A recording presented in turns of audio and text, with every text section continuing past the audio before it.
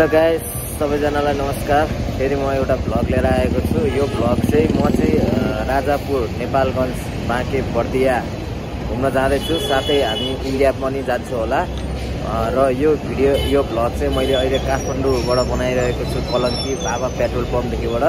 यहाँ चाहिँ म गाडी चढ्छु। गाडी चाहिँ तपाईँको एसीवाला डिलक्स दरबार नाम गरेको गाडी आउँदैछ। म तपाईहरुलाई अपडेट दिन्छु के कस्तो हुन्छ है त। Please join. र हेर्नु सबजना मान्छेहरू जान पुरा रेडी भएका छन् र को कहाँ छ, कहाँ जान लाग्यो त्यो चाहिँ थाहा छैन। म तपाईहरुलाई अपडेट दिन्छु है त। म काठमाडौँदेखिबाट तपाईको राजापुरसम्मको यात्रा कस्तो हुँदो रहेछ, त्यहाँको के परिवेश कस्तो रहेछ त्यो सम्पूर्ण भिडियोमा देखाउने छु कटाएर है त। ल पनि म लगभग यहाँ तपाईको 4:30 बजे आइपुगेको। 4:30 पौनी 5मा गाडी आइपुग्छ भनेको, अहिलेसम्म आइपुगेको छैन। लगभग म आधा घन्टा जति कुरिसकेँ। अब हेरौँ अब अझ कति टाइम लाग्छ गाडी आउन। अरू गाडीहरू चाहिँ आएर चढ्दैछन् मजाले, धनगढीको अनि तपाईँको सबै गाडीहरू चाहिँ लाग्ने हो आउटसाइड भ्याली जाने ल है। अब मैले चाहिँ ड्राइभरलाई स्टाफलाई फोन गर्दाखेरि चाहिँ उहाँले चाहिँ गाडी चाहिँ सीता पाइला आइपुग्दैछ भनेर भन्नुभएको। हेरौँ अब कति कुर्नु चढ्ने गाडी चाहिँ उयो हो है, दरबार। म चाहिँ ल अब यो गाडीमा चढेर चाहिँ नेपालगञ्जको यात्रामा जाँदैछु। कति लगभग 1 घन्टाको पर्खाएपछि बल्ल गाडी आएको छ है त। यही गाडी हो है, म जाने चाहिँ दरबार भन्ने रहेछ। म चाहिँ अब गाडी चढेँ होइन। यहाँ चाहिँ मजा एकदम गीतहरू पनि बजिरहेको छ। यहाँ नाम मकै भनेर आउनु भएको नखाने, यहाँ मकै बेच्न आउनु भएको सानो नानीले चाहिँ है त। ल अहिले चाहिँ बेलुकाको लगभग 8 बजेको छ। हामी चाहिँ खाना झरेका छौँ। खाना चाहिँ तर यो कुन ठाउँ हो ट्याक्कै थाहा भएन। हेर्नुहोस् है 8 बजेको छ। खाना झरेको छौँ। यो ठाउँ कुन चाहिँ हो एकचोटि खाना खान्छौँ होइन, अनि त्यसपछि तपाईँहरूलाई देखाउँछौँ है त यो ठाउँ चाहिँ कुन चाहिँ रहेछ भने। र अहिले चाहिँ हामी बेनीघाटमा छौँ र बेनीघाटमा चाहिँ खाना खाने क्रममा चाहिँ यहाँ चाहिँ लाइन बफे सिस्टम रहेछ। कुपन सिस्टम, कुपन लिएर पैसा पे गरेर कुपन लिएर चाहिँ यहाँ खानाको लागि आफैले हालेर खाना सिस्टम। र मैले चाहिँ यहाँ के लिएँ भने भोक लागिरहेको थियो अलिअलि होइन। मैले चाहिँ यसरी लिएको छु। यस्तो रहेछ यहाँको खाना होइन। ल है त लेट्स ट्राई। ल खाउँ है त कस्तो भयो यहाँको खाना। पहिला यो चौचो खायो।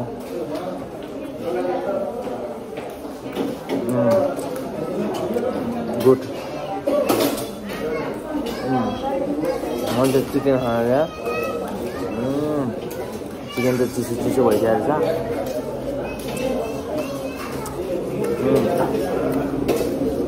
आयो त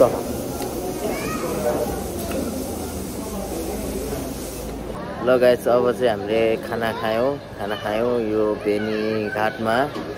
अब यहाँबाट फेरि हामी लाग्नेछौँ बाटो। अब लगभग खानाको लागि भोलि बिहान नास्ताको लागि रोक्छ होला एकैचोटि। र यो चाहिँ म चढ्नेलाई लिएर आउने गाडी हो दरबार। खाना मिठो थियो, राम्रो थियो, ठिक छ है त। यो सुनसान ठाउँ छ, यो सुनसान। रेस्टुरेन्टको नाम चाहिँ के रहेछ भने peace haven restaurant and guest house. हामीलाई ल्याउने दरबार चाहिँ यही हो, हामी चढ्ने दरबार चाहिँ यही हो है एकदम है। हेर्नुहोस् राति पनि एकदम तीव्र गतिमा गाडीहरू चलिरहेको अवस्था छ। काठमाडौँ जाने, काठमाडौँबाट आउने गाइस। ल अहिले चाहिँ म चाहिँ यहाँ कोलपुरमा छु है। कोलपुरमा चिसो रहेछ है, चिसो रहेछ। यहाँ गाई छ, यहाँ गाडी यहाँ छ, तेल हाल्न लागेको छ।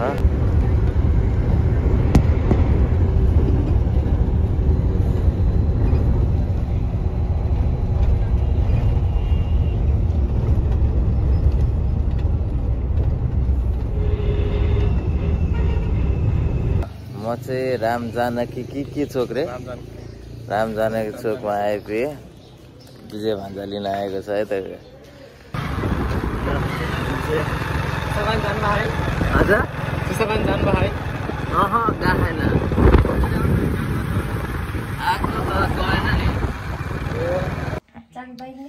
हेलो गाइस अब म चाहिँ यहाँ यता बर्दिया सिर्जनाको घरमा आइपुगेको छु यहाँ चाहिँ मेरो बहिनी यहाँ मेरो भान्जा अब हामी चाहिँ लाग्ने छौँ एउटा स्पेशल ठाउँमा है त गाइस नेपालको सबैभन्दा लामो पुल हजुर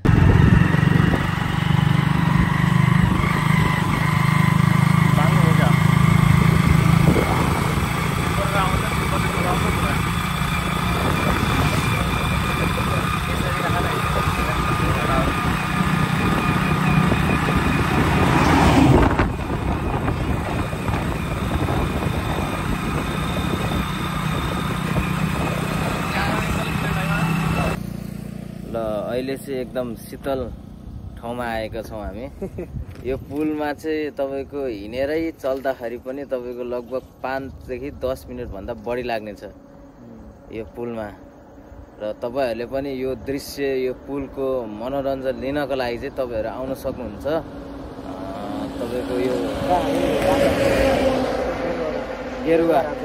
गेरुवा राजा पुल लगभग तपाईको टिकटक तिर पनि भाइरल भएको पुल हो यो नेपालकै लार्जेस्ट ब्रिजमा पर्छ यो फोटो खिचाउ न अनि यहाँ चाहिँ हाम्रो फोटो खिच्ने यहाँ दाइ हुनुहुन्छ दाइ हो कि भाइ भाइ हो हैन उहाँले चाहिँ पुरा सबैजनाको फोटो चाहिँ फेसबुक टिकटक लगायत सोशल मिडियामा हालेर चाहिँ उहाँले भाइरल बनाउने काम गर्नुहुन्छ हैन त दाइ हैन त भाइ ल ठीक छ ल अनि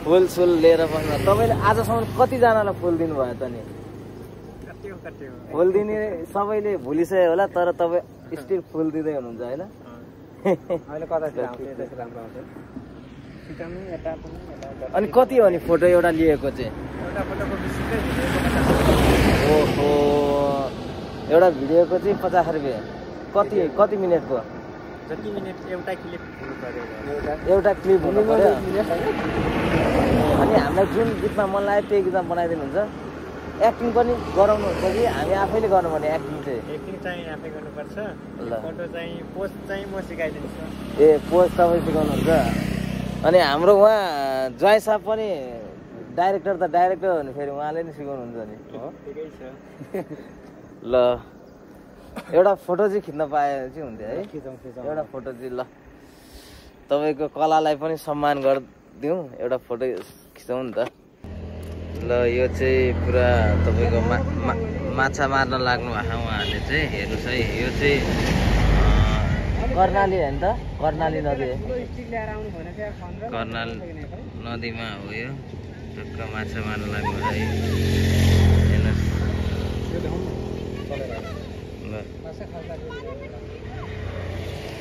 एउटा ठाउँमा ट्विस्ट घुम्ने ठाउँमा त्यहाँ पनि थियो कुन चाहिँ योदेखि भित्र जान्छ क्या त्यो क्यान्टिन गर्नको लागि ठाउँ छ क्या मजा आएको भित्र क्यान्टिन गर्नको लागि क्याम्पिङ गर्नको लागि अनि यो पुलको बारेमा केही सानो कहाँ भिडियो बनाउन लाग्नु भएको होइन भन्नु न पछि कुरा गरौँला हाम्रो उहाँ विजयले भनेको यो 100 कति मिटर रे 1015 मिटर 115 मिटर 1015 भनेको 1015 मिटर 1015 मिटर नेपालको पक्की पुलमा सबैभन्दा लामो पुल यही हो नेपालको पक्की पुलमा सबैभन्दा लामो झुलुङ्गे पुल दोधारा चाँदनी अस्ति म जान त गएको थिएँ त्यहाँ छेउछाउतिर दोधारा चाँदनी 3 नम्बरमा पर्छ विश्वको हैन लामोमा गोठाघाट बजार हो एकदमै यो पुल बनिसकेपछि बनेको बजार हो पहिला पुल नबन्दा अगाडि 10,000 रुपियाँ कटाएको थियो अहिले 30 लाख रुपियाँ कटाएको छ एमाजोनले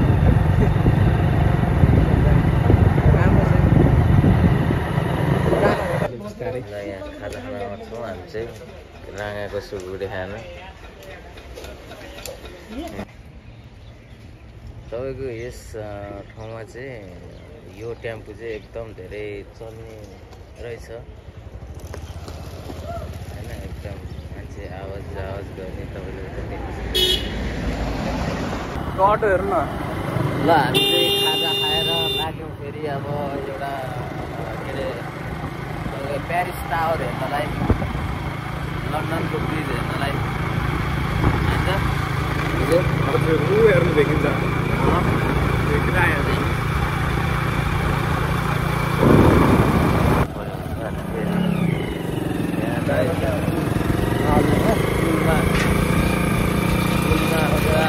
मजेरा पुलमा पुरा यसरी यो चाहिँ मेरो फर्स्ट एक्सपिरियन्स हो है गाइस। पुलको बारी जानु न, मजेरा गाउँ जानु घुम्न। ल हेर्नुहोस्, ल सबैजनालाई ल हेर्नुहोस् है त, यो चाहिँ मजेरा पुल होइन, मजेरा पुल एकदम तपाईँको यो गाउँ वर्षायाममा त्यो गाउँमा वर्षायाममा चारैतिरबाट नदीले घेर्छ भन्ने त्यो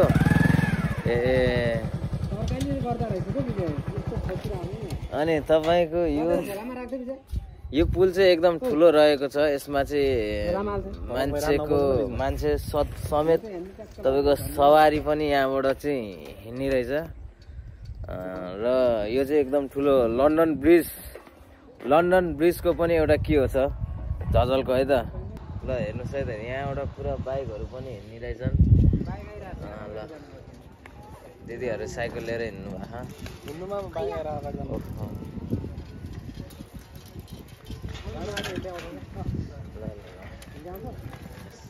यहाँ चाहिँ साइकल मान्छे भन्दा नि यहाँ दाइहरू मान्छे भन्दा नि बरु सवारी साधन पो धेरै हिँड्ने रहेछ है यता।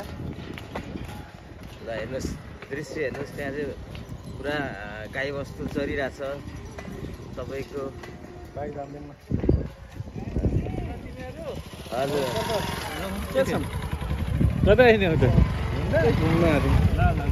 हजुर मजबुत छ बाबु।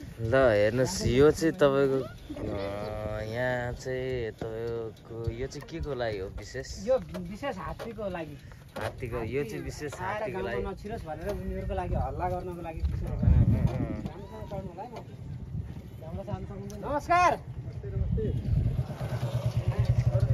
ठिक छ एकदमै। ल हेर्नुहोस्,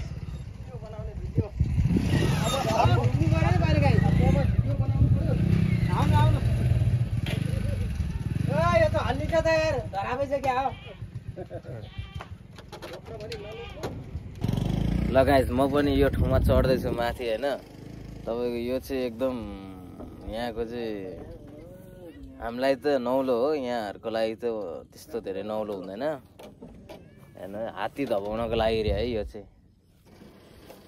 ल म चढ्दैछु है। यो चाहिँ पहिला यस्तो भर्याङ चाहिँ हाम्रो मामा घरमा नि हुन्थ्यो।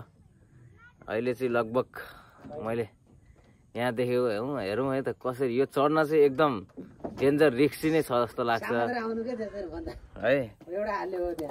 ल हेर्नु है, ओहो यो त तपाईँको ल है हल्लिँदा पनि रहेछ यार। ओहो ओहो लल्ला भन्ने डर। ल हेर्नु है त गाइस, हाम्रो लागि त खुट्टै कामेर आउँदो रहेछ, खुट्टै कामेर आउने रहेछ। होइन ठिक छ, तपाईँ उता आउनु कता आउनु पर्ने? नै ठिकै छ, अगाडि होला के छ राम्रोसँग ल जसो तसो गरेर आइयो नि। चढ्यो है गाइस, चढ्यो। ओहो यहाँ मजाको गाईहरू देखिँदै जाने।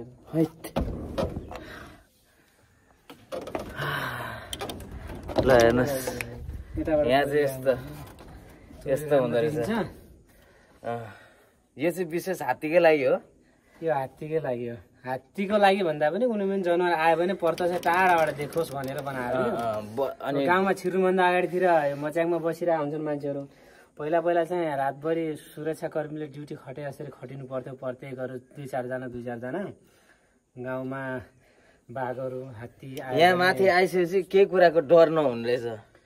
डर हुँदैन, तर यो धेरै हात्तीको लागि त्यो केही पनि होइन, फालिहाल्छ। तर टाढाबाट हात्ती यहाँबाट हेर्दाखेरि टाढासम्म देखियोस् र जनावर आउँदैछ भनेर अग्रिम सूचना दिनको लागि मात्रै हो यो।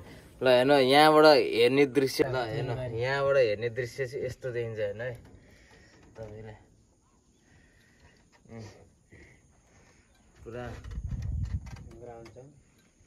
ग्राउन्ड छ तपाईँको। हेर्नुहोस् यो चाहिँ बर्दिया राष्ट्रिय निकुञ्ज, यो चाहिँ बर्दिया राष्ट्रिय निकुञ्ज रहेछ।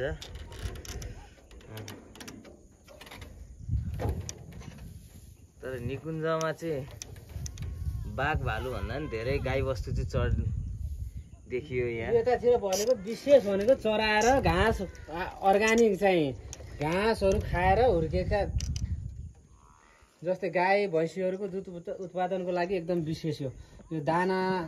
अनि अरूको जसरी खुवाउनु पर्दैन, यहाँ दानासाना केही नखाने, सिधै हरियो घाँस खाने अनि दुध दुहुने विशेष राम्रो खाले हो यो पाउने। जस्तै हामीले डेरीमा गएर डाइरेक्ट किन्नु र यहाँ आएर गाउँमा किन्नुमा धेरै फरक पर्छ नि त, त्यसको लागि हो कि। यहाँ धेरै छन्, यता लगाएर देखाउनु न, हेर्नु त गाईगोरुको त्यो देखाउनु कस्तो छ। यहाँ यसरी बस्दाखेरि नि धेरै आनन्द हुँदो रहेछ। ल आनन्द यहाँ बसेर शीतल पनि हुने, हावा चल्ने सरर हावा चल्ने शरीर ताल्ने आनन्द क्या।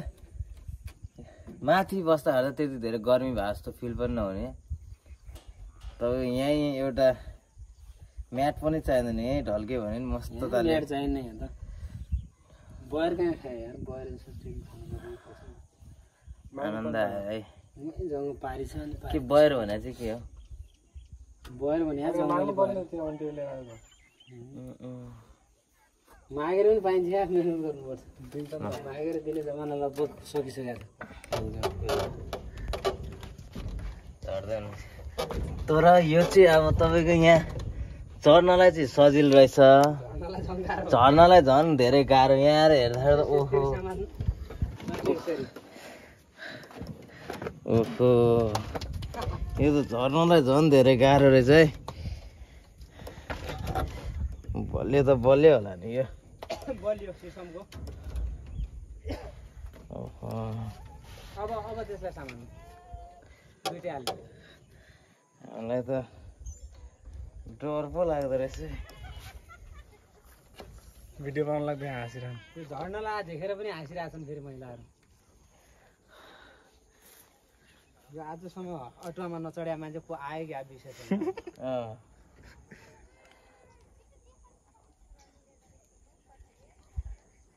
डरै हुँदो रहेछ।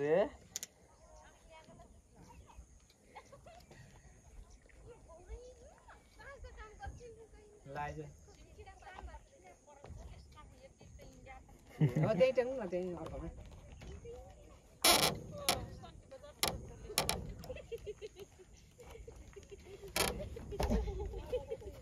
पुग्नु भयो भन्दा नि। ल गाइस, आजको भ्लग चाहिँ यहीँ समाप्त हुन्छ। आजको भ्लग चाहिँ यतिमै समाप्त हुन्छ। भोलि फेरि अर्को भ्लग लिएर जोडिनेछु। फर्स्ट डे भ्लग इन तपाईँको यो राजापुर होइन, राजापुरको पहिलो भ्लग चाहिँ आज यहीँ समाप्त भएको छ। घर आएको काठमाडौँ हिँड्यादेखिबाट आज अहिलेसम्मको भ्लग